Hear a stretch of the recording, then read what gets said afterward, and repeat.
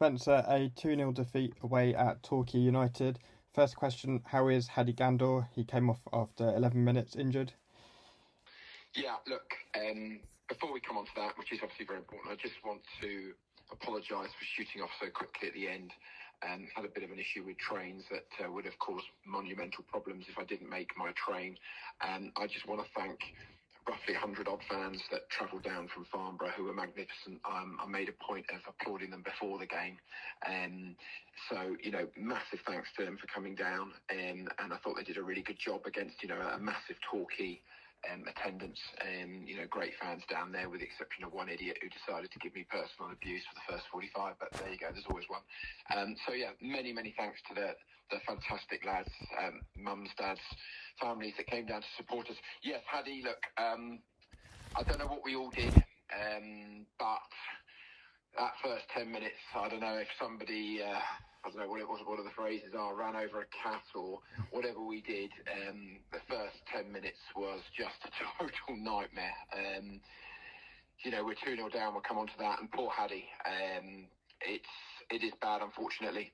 He's been to hospital. He has to see a surgeon on Monday. He's quite down about it, and he says it's long term, it's serious, may need quite a lot of surgery. So I'm absolutely gutted for him.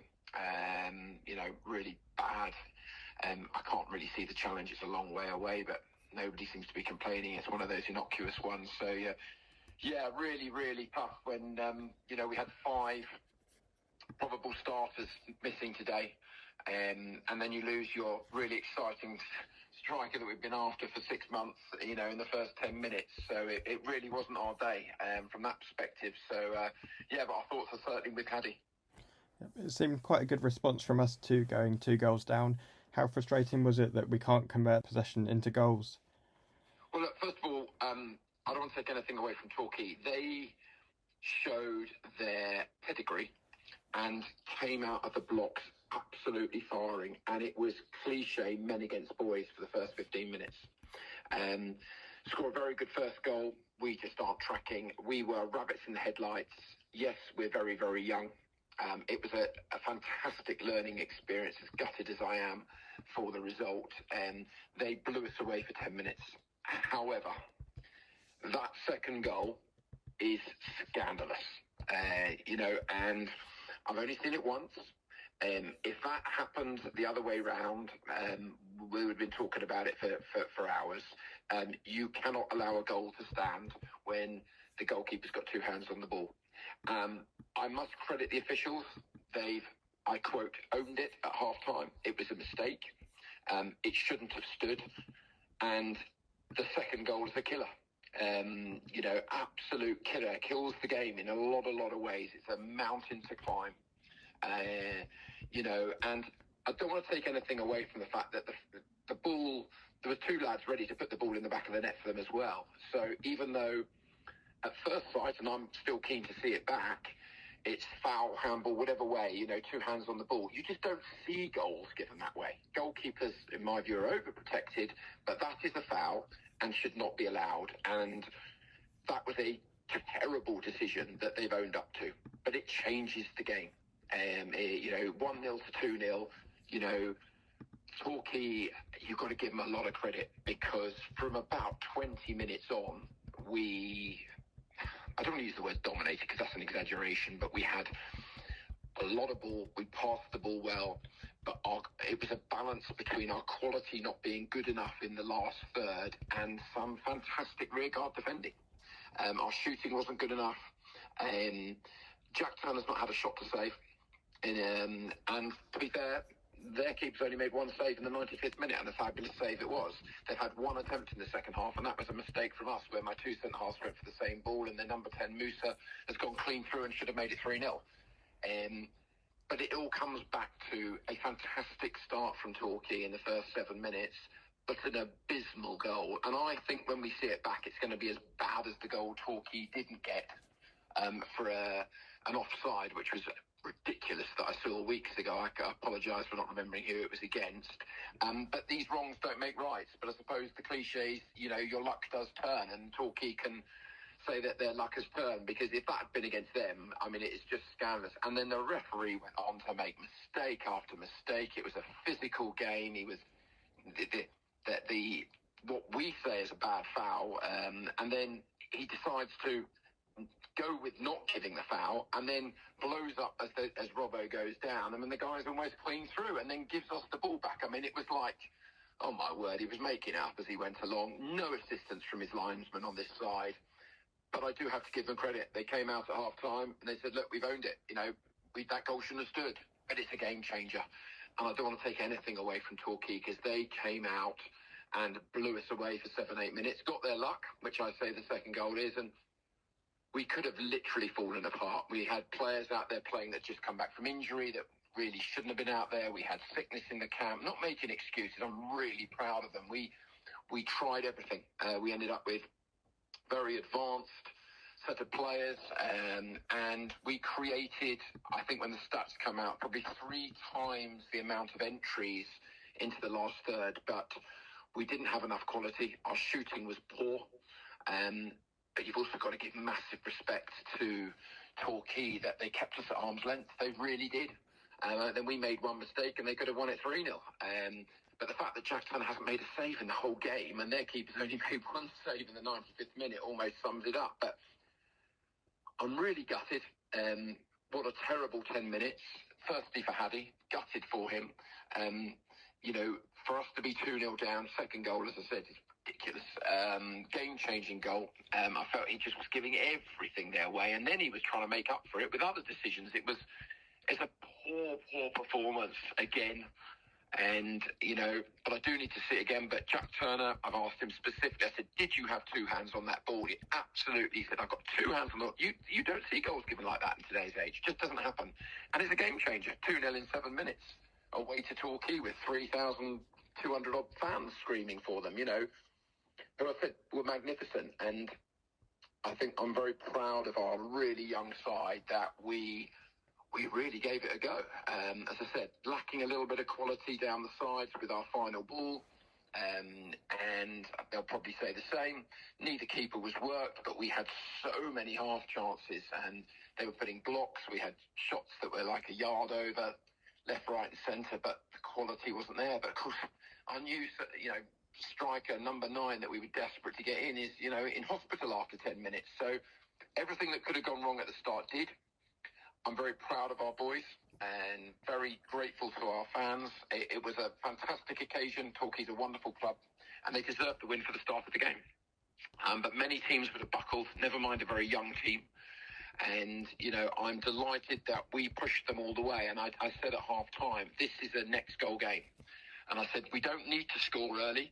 It could come as late as the 80th, and then I think we can get a second. And we pushed them all the way. But as I said, as much as we had the possession and loads of entries, our quality wasn't good enough. And you've also got to give absolute credit to Torquay, who defended superbly well and didn't give us those really clear-cut chances. And when we did have those sniffs, our shooting was not good enough. So, a lesson for everybody involved in the dressing room. That's what I've said to them. Learn about this, and because next week we're going to a similar place. Maidstone, it'll be probably 2,500. Similar challenge, and for our young team, I still think we've come away with a lot of credit, but I'm so frustrated. And, that second goal is the game changer. And then you've got to back it up with the most terrible thing to Haddy, which we're gutted about. And it's a long way home. Yep, totally agree. And what other positives can you take from today's game? We saw Hisham Kasimu return, and Finn Mooney made his debut in the second half as well. Yeah, look, it was ridiculous. I mean, if you count off, we didn't have Cooley today, we didn't have Pendlebury, we didn't have Reggie, we didn't have Luch, didn't have Guy Hollis, he was ill. I mean, you're talking 5 starters. People think, we were making excuses before the game. We're not making excuses. There's a statement of fact. These are lads that start games, and when we beat Torquay earlier in the season, a lot of these lads are playing. They're key players to us, but I thought the lads that stepped in really gave it a good go. As I said, many teams would have buckled. You're 2-0 down, your striker's off to hospital, you feel totally aggrieved with the second goal, and you're up against a really good team that's gone top. But we're only 4 points off top. We gave it a good go without having, as I said, the quality. I was pleased to see Finn. He's not played a competitive game since September. Putting him in for 40-odd minutes was, a lot. Asking Manny Odaliki to play, having not played for whatever it is, 3 weeks. He played 80-odd minutes. Hish coming back from injury. We had some illness in the camp. Jack was a real doubt before the game. Luton had to assess him a lot on Thursday and Friday for him to play. So we had everything against us. And as I said, if you take away the first 7 minutes, we've had by far the better territory and the opportunities. As I said, when the stats come out, I think they'll be very interesting.